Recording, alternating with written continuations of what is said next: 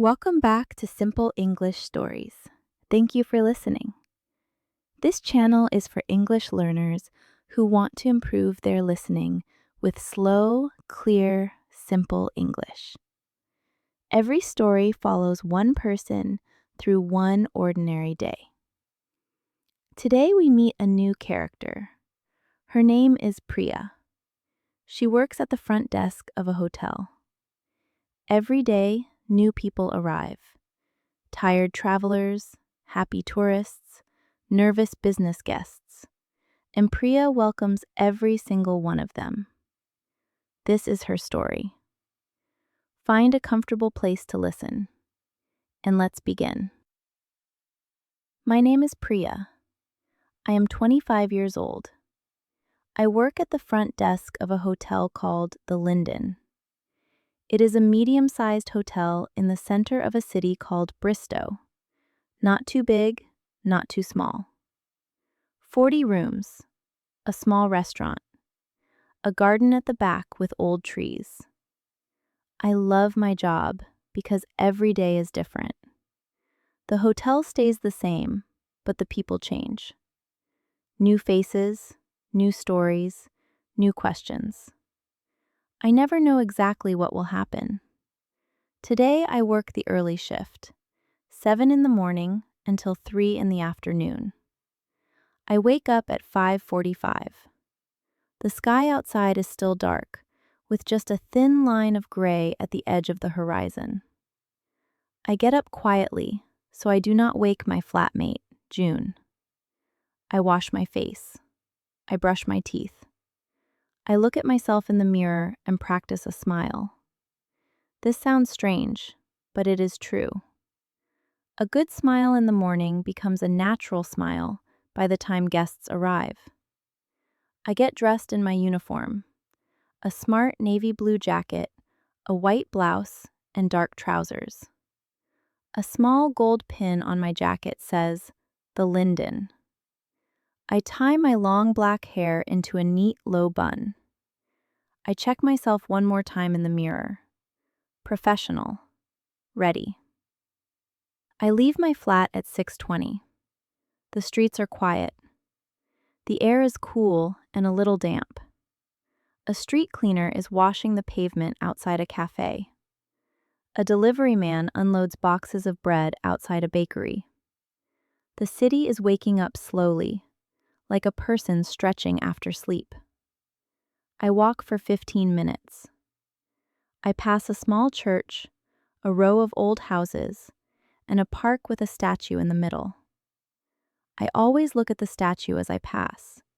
It is a man on a horse, very serious, looking forward at something far away. I do not know who he is. I have never checked. Somehow, I like not knowing. I arrive at the Linden at 6:35. The hotel is a tall building made of pale stone, with a dark green door and large windows. Above the door, gold letters spell out the name. I always feel something small and warm when I see it, like coming home, even though it is work. I go in through the staff entrance at the side. I say good morning to the cleaning staff, who are already busy, vacuuming the lobby, polishing the brass railings, arranging fresh flowers on the front desk.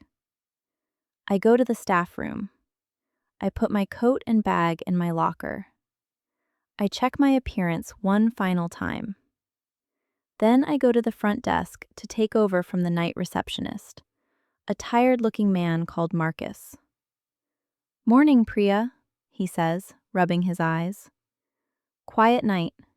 2 late check-ins. No problems. Room 12 called about extra towels at 2 in the morning. I sent some up. Otherwise, nothing."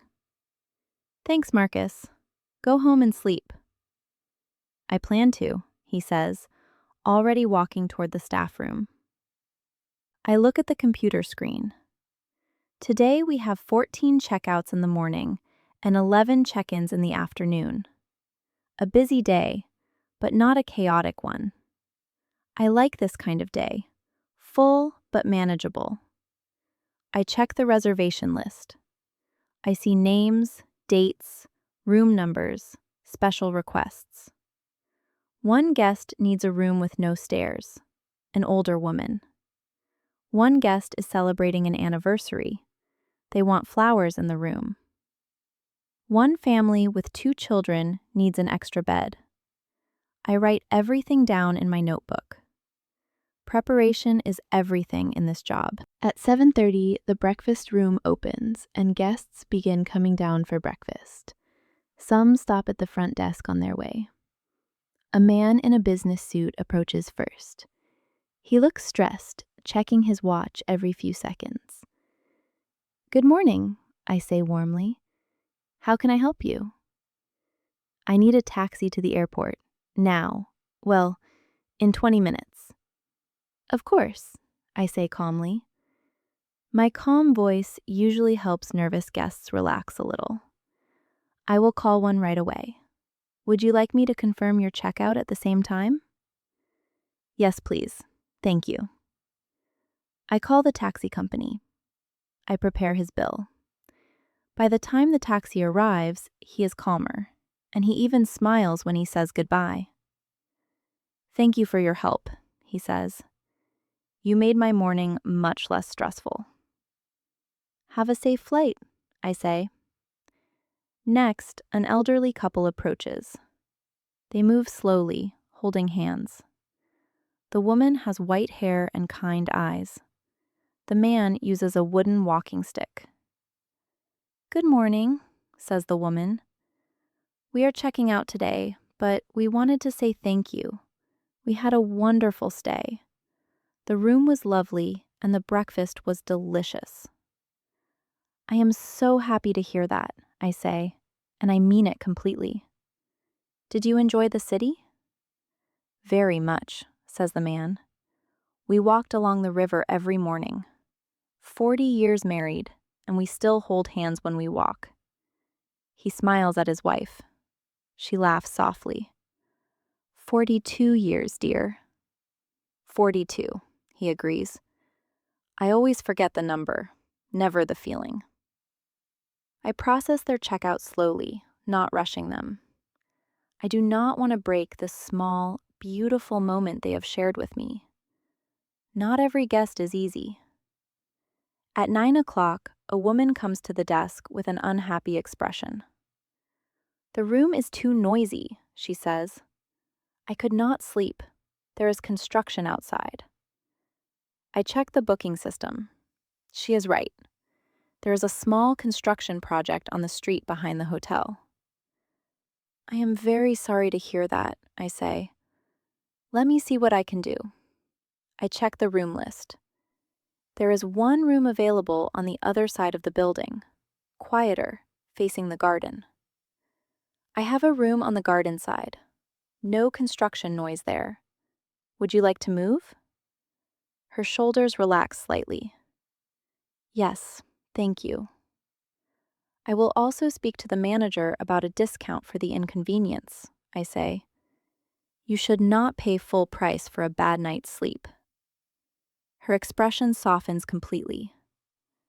"That is very kind of you." I arrange for a porter to help move her things to the new room. 20 minutes later, she returns to the desk. "The new room is lovely," she says. "Thank you for your patience with me. I was not very polite earlier." "It is completely understandable," I say. "Nobody is at their best after a bad night's sleep." She smiles, a real smile this time. At 12:30, my colleague Daniel arrives to cover the desk so I can take my lunch break. Daniel is tall, calm, and always tells terrible jokes that somehow make everyone laugh anyway. "Survived the morning?" he asks, settling into the chair. "One angry guest, one happy couple, one stressed businessman," I say. "Normal day." "Sounds like a normal day," he agrees. I go to the small staff kitchen at the back of the hotel. I made a salad this morning. Chicken, lettuce, tomatoes, a boiled egg, and a simple dressing. I eat slowly at the small staff table, looking out of the window at the hotel garden. The garden is small but beautiful.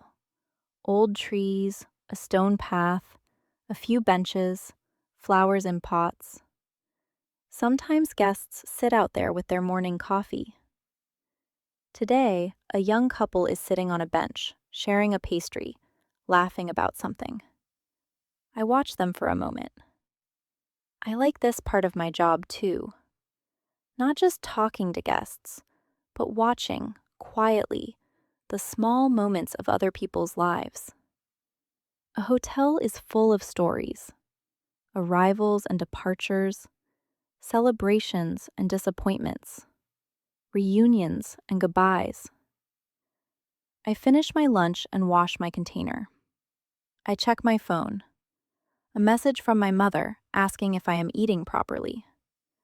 I smile and reply, "Yes, Mum, salad today. I promise." I return to the desk at 1 o'clock. The afternoon is for check-ins.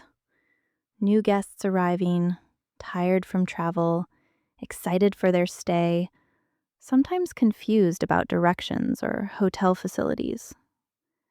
The first arrival is the family with 2 children. The parents look exhausted. The children, a boy and a girl, maybe 6 and 8, are full of energy, looking around the lobby with wide, curious eyes.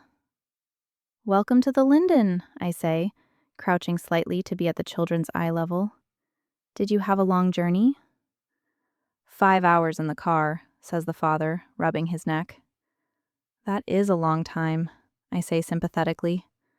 To the children, I say, "Would you like a coloring sheet while your parents check in?" The children's eyes light up. I give them each a small coloring sheet with crayons, something the hotel keeps at the desk for exactly these moments. They sit on the lobby sofa, immediately quiet and focused, while I help their parents with the booking. "Thank you," says the mother quietly. "That bought us 2 minutes of peace." 5 hours in a car with 2 children deserves more than 2 minutes, I say, smiling. But I will take what I can give. She laughs, a real, tired, grateful laugh. At 2 o'clock, the anniversary couple arrives, the ones with the flower request in their booking notes. They are perhaps in their 30s, holding hands, both smiling in the slightly shy way of people celebrating something important. "Welcome to the Linden," I say. "Congratulations on your anniversary." The woman looks surprised. "How did you know?" "It is in your booking notes," I say. "We have arranged something special for your room." I do not tell them more. I want it to be a surprise. I process their check-in and hand them their room key. "Room 23, second floor. I hope you have a wonderful stay and a wonderful anniversary." About 10 minutes later, my phone at the desk rings. It is the room phone for 23. "Hello, this is the front desk," I answer. "This is incredible," says the man's voice, full of emotion. "The flowers. How did you arrange this so quickly?" "We like to make special occasions special," I say, smiling even though he cannot see me. "Thank you," he says. "Truly, this means a lot." I hang up the phone and feel that warm feeling again, the one I get when something I did, something small, made someone's day better. By 2:45, most of today's check-ins are complete. The lobby is calmer now. A few guests read newspapers in the armchairs near the window. The afternoon light comes through the tall windows in long, golden lines across the marble floor. I prepare the handover notes for the afternoon receptionist, a woman named Olga. I write down everything important: the anniversary couple in room 23, the family with children in room 8, the woman who moved rooms because of the construction noise, now happily settled in room 31. Olga arrives at 3 o'clock, exactly on time, as always. "Busy day?" she asks. "Good day," I say. "Busy, but good." I go to the staff room. I take off my uniform jacket. I check my appearance one final time. Not for guests now, just out of habit. I pick up my bag. I leave through the staff entrance. The afternoon outside is bright and a little warm. The city is busier now than it was this morning. People walking quickly, shop windows full of activity, the smell of coffee from a nearby cafe. I walk home the same way I came, past the statue of the serious man on the horse. The park is busier now, too. Children playing, an old man feeding pigeons, 2 teenagers sitting on the grass with their school bags beside them. I think about my day as I walk. The stressed businessman who calmed down. The elderly couple, 42 years married, who still hold hands. The difficult guest who became kind once she felt heard. The tired family with their coloring sheets. The anniversary couple and their flowers.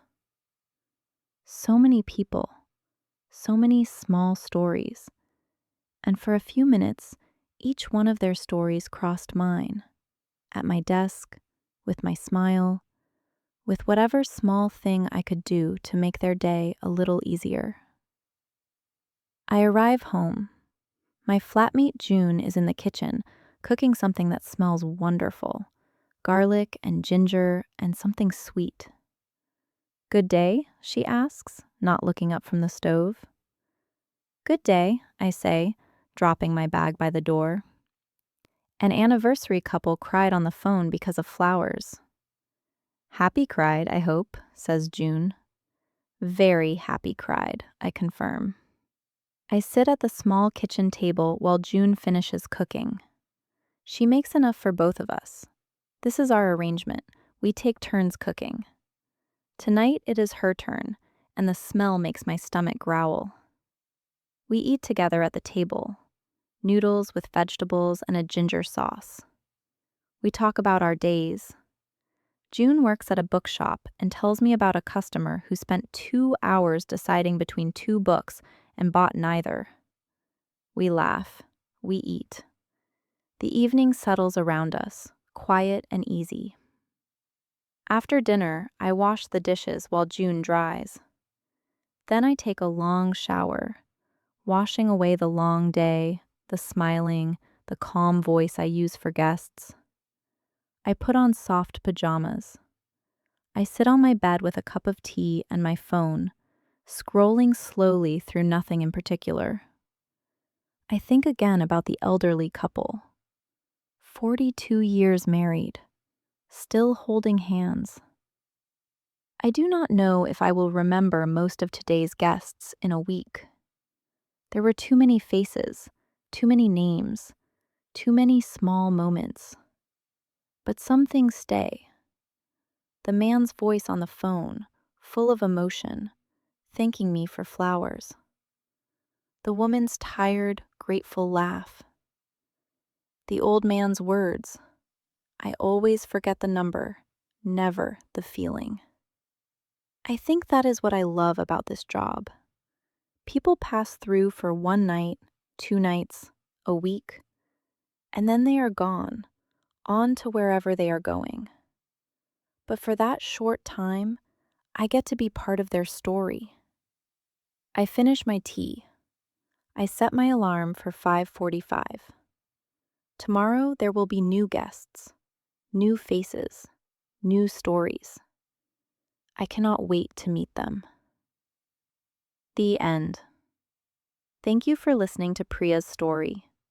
If this story helped your English, please like the video and subscribe for a new story every week. Leave a comment below. Have you ever stayed in a hotel? What is your favorite travel memory? Tell us in English. See you in the next story. Goodbye.